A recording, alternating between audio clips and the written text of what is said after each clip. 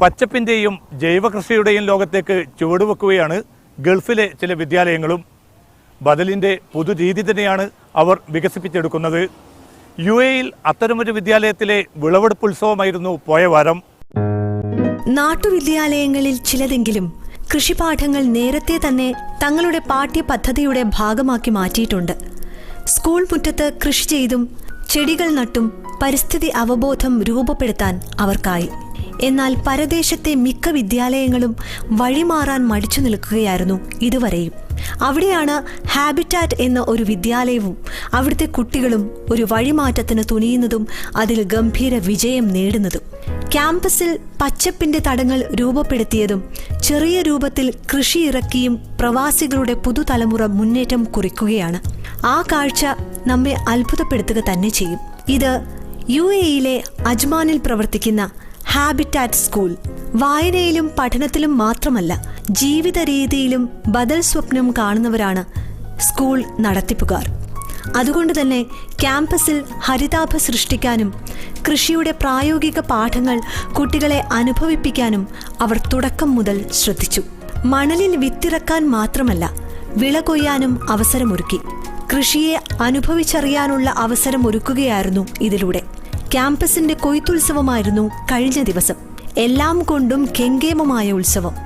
കുട്ടികൾ വിളയിച്ച ചോളവും പടവലവും പാവലും പീച്ചിലുമൊക്കെ പ്രവാസ ലോകത്തെ വേറിട്ട കാഴ്ചയായി. ഇന്റർനാഷണൽ ഇന്ത്യൻ സ്കൂളിൽ നമ്മൾ പുറത്ത് അവിടെയാണ് നമ്മളിത് ആലോചിച്ചത്. തുടക്കത്തിൽ നമ്മളൊരു പരീക്ഷണാടിസ്ഥാനത്തിൽ തുടങ്ങിയപ്പോൾ അതിൽ നിന്നുള്ള കുട്ടികളുടെ സന്തോഷം കണ്ടപ്പോഴാണ് രണ്ടാമത് ഞങ്ങൾ ഹാബിറ്റാറ്റിനെ പറ്റി ചിന്തിച്ചപ്പോൾ ഇതിൽ ആ ഒരു കോൺസെപ്റ്റിലൂടെ പോകാൻ ഞങ്ങൾ തീരുമാനിച്ചത്.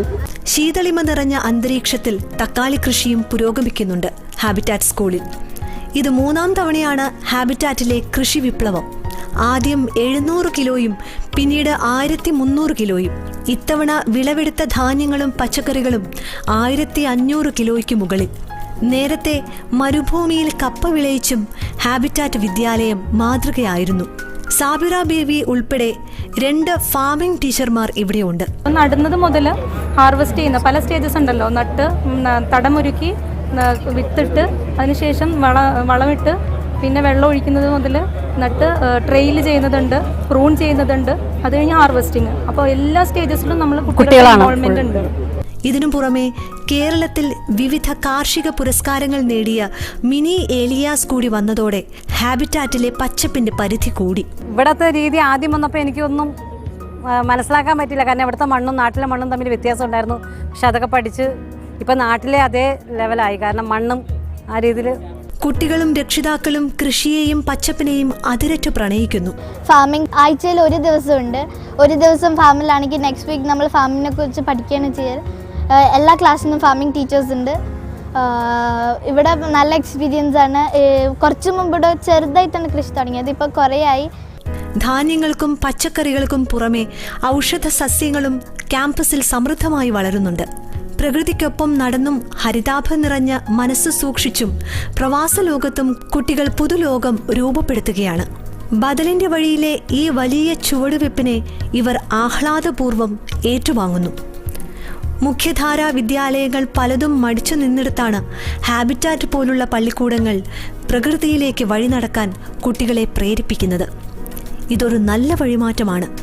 പച്ചപ്പിന്റെയും ജൈവകൃഷിയുടെയും പ്രവാസ കാഴ്ചകൾ കണ്ണിനു മാത്രമല്ല മനസ്സിനും കുളിർമ പകരുന്നു. ബദലിന്റെ വഴിയിലെ ഇത്തരം നീക്കങ്ങൾ തുടരട്ടെ. വീക്കെൻഡ് അറേബ്യയുടെ വിജയാശംസകൾ. തങ്ങൾക്ക് കൂടി ഉപകരിക്കുന്ന ഒരു ബാങ്കിംഗ് സംവിധാനം. പ്രവാസ ലോകം അതിനുള്ള കാത്തിരിപ്പിലാണ്.